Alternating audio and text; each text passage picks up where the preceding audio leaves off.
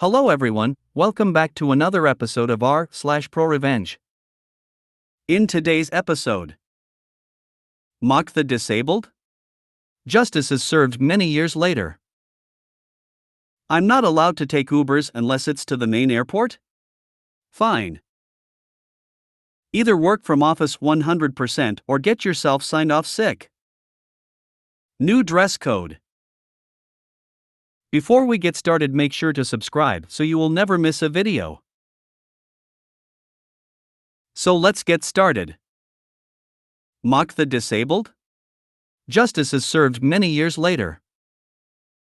This is a story about a piece of sh*t receiving their deserved karma several years later. Many years ago, I worked in the lovely career of retail. It's sadly normal for there to be a constant flow of shop scum that make you despise their existence, and there are those that are so horrific that what they do is burned into your mind forever. Fortunately, one of these unforgettable moments allowed me to extract my revenge. I had only worked in retail for 1 year in this newly built store and was starting to settle in. Getting to know the great customers and understanding that some people shouldn't be allowed outside, which being a shy person who hates conflict wasn't the best, but at least one of my customers was an absolutely adorable elderly lady who always made time to talk and was an absolute joy to be with. It had been some weeks since I had last seen her, but one morning, I see her car park into the disabled parking bay, as she already has a blue badge, only this time she hobbled out of the car on crutches with a pot on her leg. I didn't have chance to talk to her yet when a works truck, which did not have a blue disabled badge, pulled into the disabled space next to her and out jumped an early 40s builder with their teenage kid. Well, this little old lady was having none of this and must have absolutely massive balls of steel and stood up to this ignorant builder and politely informed them that they shouldn't be parking there as it's for the disabled and he doesn't have a badge. What happened next? I can't forget. This builder decided the best course of action was to humiliate and insult this poor elderly lady in crutches, accuse her of faking her disability and claim the cast on her leg was a fake and that she probably milks the benefit system for as much money as possible, then walks off putting on an over-dramatic fake limp, laughing away with their teenage kid whilst the old lady stood there in shock. Sadly, being one who lacks courage, I did absolutely nothing about it, and that would stick with me forever. I tried feebly to ask a manager later to do something about it, but they didn't care or want to get involved. For years, I worked in this store, always seeing this scum builder come in and out. Fortunately, I never interacted with this scum builder, but I saw them often, and every time I did, I would always remember what they had done vividly. I would still see them park in the disabled bays, and even got to the point where I would recognize them by the large blue Mercedes they drove. 7 years later, I was still working in this store, and this scum was still parking in disabled and looking like an absolute cunt. Yet this year I was blessed with good fortune and our store was outfitted with some absolute joyful equipment. Due to the high number of complaints, our store had set up a company to deal with the parking violations, but instead of having external parties coming in and ticketing cars, the staff of the store were given the ticketing machine and it was our duty to go to the car park and record any cars that violated the parking rules. This was all done digitally, and there would be no paper tickets upon the cars. This was brilliant. As soon as I found out, I knew what I was going to do. It didn't take long for me to learn how to use the machine, and it certainly didn't take long for the opportunity to get revenge, and so it began. There were 3 rules for parking, and if you break these rules, there is a lovely £80 fine in return each time it happened. The first rule: no parking in disabled without a badge. And I know well that the scum builder is certainly violating this rule, and it wasn't long until I saw him next, and as soon as he entered the store, I quickly scurried out with the ticketing machine, and lo and behold, there was the oversized blue Mercedes in the closest disabled bay, with no badge. I smashed them car details in with some well-shot photos and sent the report off so that they would receive a lovely letter of their fine they would ask to pay. That's not enough though. But fortunately it takes weeks for them to finally receive the ticket, which grants me the opportunity to constantly ticket their parking violations. Because as you would expect, the scum would always park in disabled, and as I worked at the front of the store, I would always know when they had parked. After ticketing their car dozens of times, the scum unfortunately learnt their lesson, as their oversized blue Mercedes no longer appeared in disabled parking bays. But as you expect, the scum would still be scum and they would find their new parking space inside child parking. Rule 2: don't park inside child parking without a child. Had this scum gotten enough, I thought? Of course, not. They haven't learnt their lesson and continue to be a complete wanker and park in the child parking which we didn't have many spaces for. At this point, I knew all their car details by heart and would gleefully fill out the ticket machine as I skipped over to their car violating the child parking and take the photos needed for them, including shots of their cat seats that bear no child seats in them. And as it became routine, this once again carried on a few weeks more of tickets being created, and eventually they start receiving the fines. Fortunately, me being me, I am completely invisible to others and often looked over, and I have yet to be seen or caught. But as all good things must eventually come to an end, when the scum came into the shop, their blue turd automobile was no longer there in child parking or disabled. Has the scum finally learned their lesson? Would you be surprised if they had not? As it didn't take me long to find them. Rule 3: you must park inside a marked bay. And what a surprise, the scum still manages to *CK this up. They would park over the line, taking 2 spaces up. Well, guess what? That's a job for me and my ticket machine. Trying to park inside taxi parking but can't fit the big ass car in it? Boom, that ain't inside a marked bay, and catching another ticket and fined for the have one single wheel slightly over the white line of a bay?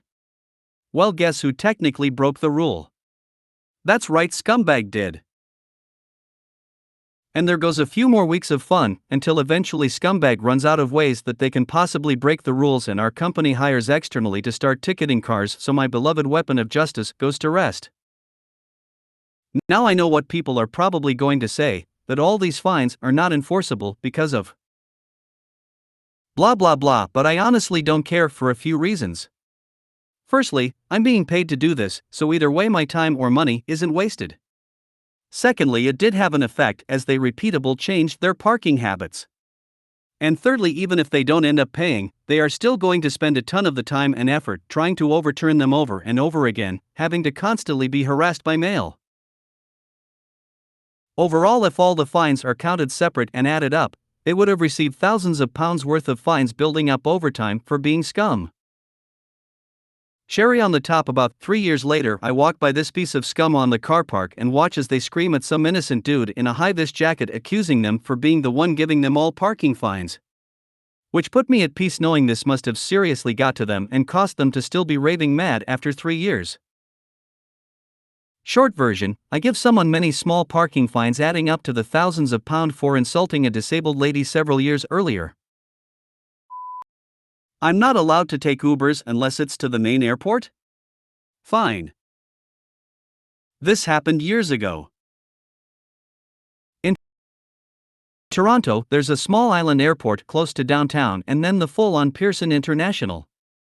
Once every 2 weeks or so I'd have to travel, so I'd usually book my flight through the island airport since it would be cheaper, and my office was downtown, so it took literally 15 minutes to get to, and there's no real customs or anything. You can show up 30 minutes before your flight depart time and be good to go. If my flight was at 1 p.m., I'd leave the office at noon and make it with time to spare. One day I get my expense request denied for the Uber that took me to the airport because it was close enough to walk, and as per company policy, taxi/Uber is only for Pearson. This was all over $12, which I was doing for months. Okay, fine. Next flight I booked in Pearson. The ticket was $900 instead of $400. I paid $70 in an Uber to get there instead of $12, and I had to leave work a full 3.5 hours before my flight to make it through check-in, security, etc. to get to my gate in time. Usually I'd be on some sort of call leading up to my flight, but here I couldn't do any work at all. Sorry team, I'm unavailable for the rest of the day because of company policy.